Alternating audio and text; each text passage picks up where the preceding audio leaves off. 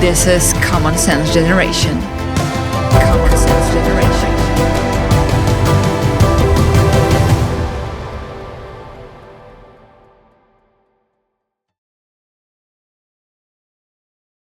Welcome all of you, the viewers of Common Sense Generation. My name is Kądzielska-Koper, and today we actually have a real active politician with us, Zsolt Nemeth, from the Foreign Affairs Committee of the Hungarian Parliament. Thank you very much for being here. Thank you very much.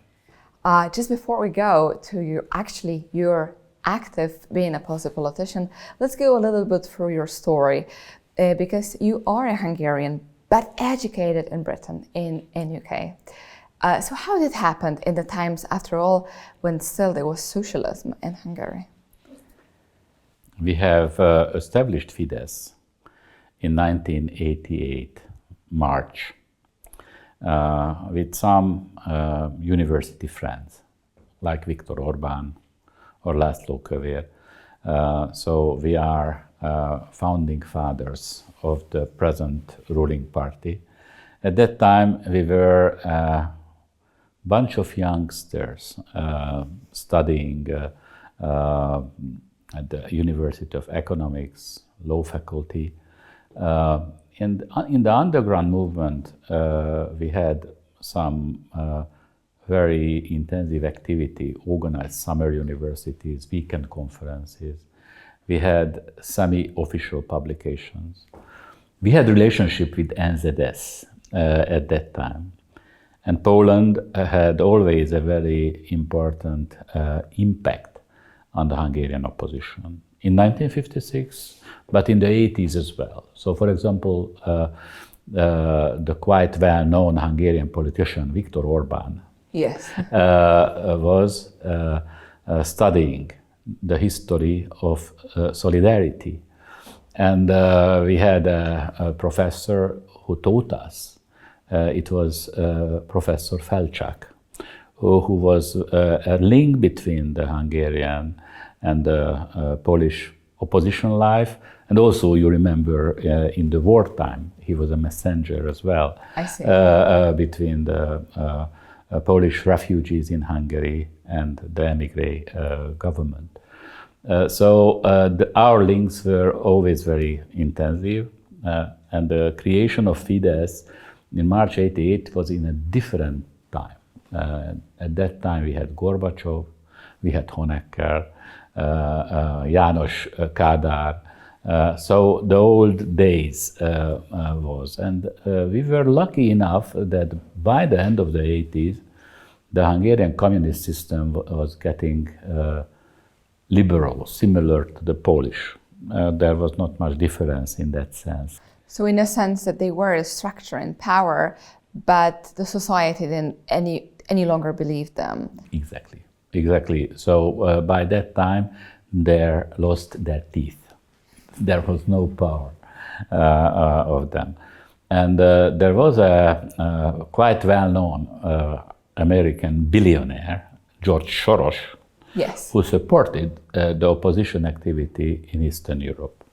And he supported the opposition activity in Hungary as well. And Fidesz, as an opposition party, got the possibility to send one student to Oxford every year. It was Fidesz and the youth movement Fidesz was based upon. So first time Horkai Hörher Ferenc, a good philosopher in Hungary, conservative philosopher, went. Then József Szájer, who was the author of the Hungarian constitution. Then in 88, 89, I had 1 year at the Oxford University, and in 89, 90, Viktor Orban also had 1 year. So you all know each other? Yes. And at that time, I was so lucky that I could get to know such personalities like Norman Stone, who was a professor at Oxford University, or Professor Pelczynski, who was head of the Soros-funded Stefan Bátori Fund in Oxford, and it was also financing Polish students studying there. And I got to know also Roger Scruton, who was for us a very important inspiration concerning politics, philosophy, and so on. Was it a huge change for you, or when you first time entered Oxford from, after all, socialist country? I mean, because Hungary suffered under Russian influence of socialism, which was, of course, imposed on it as well as on Poland by force, by anyhow first forced a lot of few generations of people and living in this grayness and under the behind the wall where they couldn't have their passports, couldn't travel easily, and were blocked away from the Western world. It was a major experience in my life, partially because the West was not known by us. In Hungary, we could travel only every third year once to the West. So the first time my mother took me abroad was actually Britain, Scotland in 78. And then every third year we had the possibility to go abroad. But for me, 88, 89, studying 1 year at the Oxford University, after creation and founding Fidesz, and when the Hungarian political transition has started, it was a major experience. It changed my worldview to look at Hungary from an external perspective and to look at the whole political transition from Britain. It influenced me, and those years anyway, when we had the political transition, were the best part of my life, I have to tell you. I remember very well all the details. It was half a year after the formation of Fidesz when I went to Oxford, and I could get some funding for the party. I could be a spokesperson for the party in Britain, in the BBC every month. I had an opportunity to give an interview and to spread the development concerning Fidesz. At that time, the Voice of America, the Free Europe, and the BBC Hungarian broadcast was a very important driving force of the political transition in Hungary. And tell me, please, and you see all of those firsthand, how this transition between one system to the other looked like, and what were also original ideas of Fidesz? We were a student movement, as I said, very similar to NZS. We had an age limit. Only young people under 35 could enter the party. And shortly after my trip to Britain, it took 1 year, the transition process started very dynamically. So I arrived back to Hungary in the summer of '89, and 89 was the election in Poland, the semi-free elections in June, and in the September of that month, we have been able to finalize the negotiation with the Communist Party, and we decided about the transitionary process as such. So the constitutional amendments and the free elections and the timetable was decided. And as you know, in the beginning of 1990, in the spring of 1990, we had the elections. In the autumn of '89, we decided to run for the elections. It was a major decision. Most of the youth organizations in Eastern Europe played an important role in the transition. They were demonstrating, they were everywhere, they were organizing, and they were the manpower of the transition, but only a few of them turned into a political party. Exactly what I wanted to say. That interesting that Fidesz, after all, is a student movement. So academics, intellectuals, or for example in Poland, the main source of changes was actually the workers. So Lech Wałęsa was a worker, so it was them as a major driving power, and also those people who were courageous enough. Yes, you had 10 million people in the Solidarność in 1982. So it was a major mass movement. In Hungary, the transition was more of an intellectual character. Different intellectual circles formed the political parties, and historical political parties re-emerged in those months. They started in early 89, and by the end of the year, a very broad spectrum was there. But for us, it was a major decision in October 89 to run for parliament. Two small elements I would like to mention in this process. One was that we were having a Roxette song. Probably you know this Swedish band Roxette. Yes. As blonde as you are, they were. And they had a song, Listen to Your Heart. And in Hungarian, yes. There was a rhyme that hallgass a szívedre, szavazz a Fideszre. It means that listen to your heart, vote Fidesz. So this was one very important element of our campaign, which gave to the Hungarian society the feeling that something new must come after communism.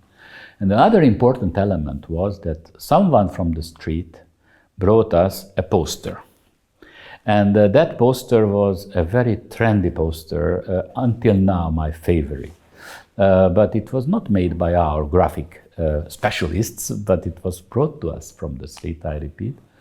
And there was two sides of this poster. In the upper side, Honecker, the German dictator, and Leonid Brezhnev was kissing each other on the mouth. Yes. And on the lower side of this poster, two youngsters, a boy and a girl with Fidesz badges, were kissing also each other on the mouth. And in the middle, we have written, please choose. This poster, I have to tell you, was the other component, and we got nearly 10%. The same amount of votes as the Communist Party, which was a miracle. And we got into the parliament with 22 Fidesz representatives in the spring of 1990, with an average age of 26. Extremely young. Extremely young, but that is probably a reason, a component, why we still have Fidesz on stage for 35 years. Viktor Orban, who had his first political appearance in 89 when there was a reburial of Imre Nagy, the victim of the 1956 revolution, who was executed by János Kádár, and he addressed first time the international public then. And the special character of the Hungarian and Fidesz story can be explained that we were extremely young, and that probably we are not too old either. Viktor, looking at the candidates at the American presidency, you are definitely youngsters. Yes, we are 60 years old, I have to tell you honestly. Well, then Biden is 82. Yes. So it is also a funny element right now that major leaders of the Western world are actually very elderly men. And there is maybe some looking for the figure of the father. But so Viktor Orban became right now for a long time a father in Hungary, a conservative father. Some would say that even a little bit more too strict. But Hungarians, it seems like they want a strong leadership. And there is still this resentment that previously Hungary was a huge country and they needed to give this two-thirds or one-third of its two-thirds of its territory to the neighboring countries. And this is, and I understand in the souls of many Hungarians is still this nostalgia of the past. You know, it is not just nostalgia, but partially yes. But you are right that after the First World War, Hungary was destroyed, and 2/3 of our territory and 1/3 of our ethnic Hungarian population was cut down from the Hungarian state. It was a similar tragedy to us as the division of Poland at the end of the 18th century. And that was a very bitter historical experience to our Polish friends. This is a very bitter historical experience to us. We have still around 2.5–3 million Hungarians living in the neighboring countries, less than 10 million country we are. So this is a very considerable number. And now we don't talk about territory, but we talk about people. And we are trying to represent the fundamental rights and interests of these communities, because there is only one Hungarian state, and only one Hungarian state should pay attention to the Hungarian minority communities in Romania, in Slovakia, in the Ukraine, in Serbia. And at the same time, we are trying to build up a strong region, a strong Central Europe. That's why we support the Visegrad 4 cooperation, or we similarly support the 3 Seas initiative, which is a very good Polish initiative to strengthen the infrastructural link between the Central European countries. And these two targets, to support the minority communities and to build up a strong region, a strong Central Europe, are in our philosophy not against each other, but they complement each other very well. The need of creating better transportation, as it is proposed by the 3 Seas, it is also something which very often when we look at the card, we don't realize that there are very little of roads which connects this part of the Europe, and it could be, but because those countries are so close to each other. But historically, it was never in the interest of great powers before to do those connections and to create trade and easy passage of people and goods among those. That truly right now, when eventually all of those states are free, and it is not such a long time of freedom and independence after all. When we counted from the 1989, this is a short period when and much shorter than those times under the socialist regime, and of course a huge influence of Russia, which in its geopolitical interest was never to make good connections between our countries. Sure. You know, in the Middle Ages, the Polish, the Czech and the Hungarian kingdom had a very intensive cooperation, dynastical relations. Exchange, absolutely. Saint Hedwig, Saint Kinga, all these connections, Báthory, the Anjou House, we all are aware of these links. But we had a difficult modern history, especially communism.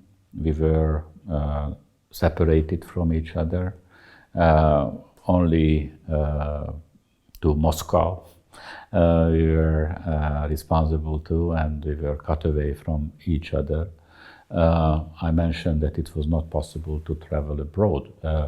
We couldn't even travel to you between our countries. We had problems. So for this reason, I think the pro-European commitment in our region is strong. We think that the whole idea of the European Union is very important in its original form, to bring down the borders, Schengen, to develop our countries, the cohesion policy, the agricultural policy, and building up cross-border relations. There are some successful projects. The Rail Baltica, for example, has been a very good story. Also, we want to have now a high-speed railway relationship between the 4 Visegrad capitals.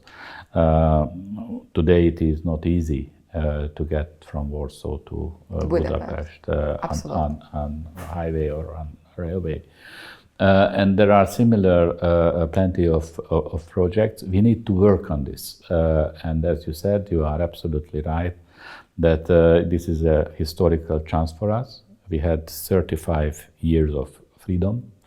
And I think we have exploited the period pretty well. We know much better each other. We have a lot of common links between ourselves. And the Polish-Hungarian friendship is also very strong again. And I think we need to nurture it.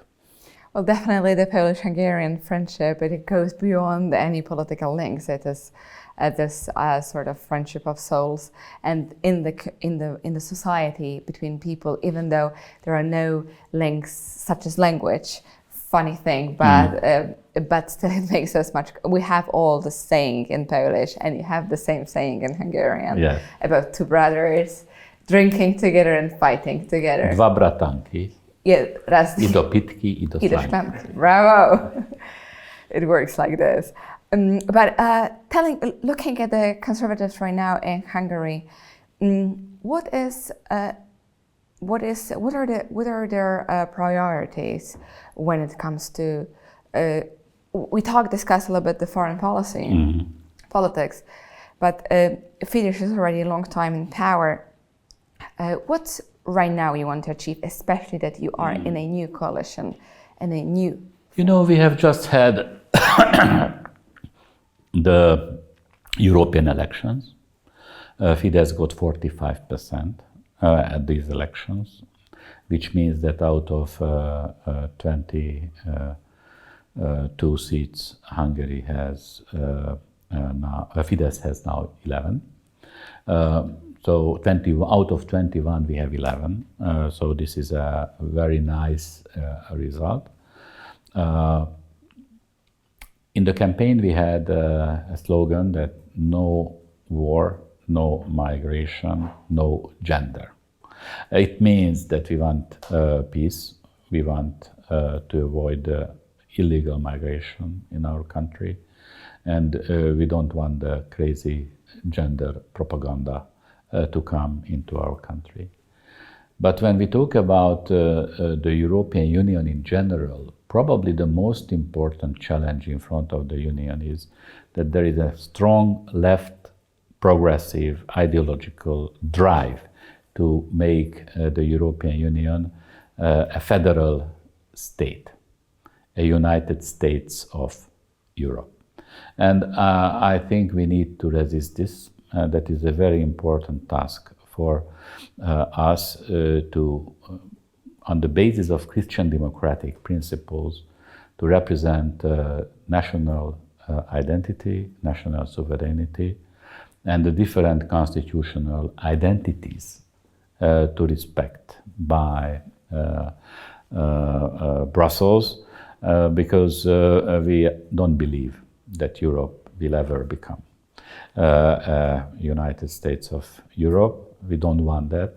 We think that the European Union must serve the nation states. We need a servicing European Union, not a ruling, not a dominating European Union. In spite of the fact that right now bureaucracy is still growing in Brussels, and there is still this huge drive to make laws passed by the European Union as hierarchy higher than constitutions of national countries or bills passed by the by the separate countries, which is of course strange and difficult, especially the fact that most of those who are elected to the European Parliament, are elected by the state, but the rest what's hanging on there, it's not in the hands of the people. And the interests of separate states are, after all, different, even though they want to trade and cooperate together. But indeed, this is something which I think unites a lot of Eastern and Central European countries, that this reluctance of looking at, as you mentioned, the United States of Europe, with all of us speaking different languages, and with Hungarian as such a different language, as an island on this whole map, this is again something very different. So it is unlikely, definitely, that the Hungary will adopt to this bend to certain political policies or laws of the European Union. What about the famous and the huge problem of climate change and all the scary threats that are going to be huge heat, huge migration, and the change of the scale of Europe? You know, there are different crazy ideological concepts prepared by the progressive left liberal elite in Europe and in Brussels, and we need to fight them, not only in the field of migration or gender, but also in the field of this so-called Green Deal. I think the competitivity of Europe is in front of a very serious challenge. This war has shown that in what a situation we are, and we need to reschedule these kind of plans concerning the green transition. Obviously, we care also for nature. We think we need to protect our nature, but I think we need to guarantee that Europe remains competitive and Europe is able to continue the economic development. So now the Hungarian presidency, which has started on the 1st of July, Make Europe Great Again, is our slogan. And we start this with economic policy. But also we think that in the field of migration, we have a challenge. In the field of cohesion policy, we also want to pay attention to the demographic decline of Europe. So a very coherent program we have prepared. And parallelly, we need to manage the institutional transition. New parliament, new commission, different new positions will have to be created and filled. So it's not going to be a period. We will have too much relaxation, but that's why we are in politics. And I hope that the cooperation between Poland and Hungary in this period will be even more intensive, as after Hungary, Poland will take over the presidency of the Council of the European Union. Agreed on this.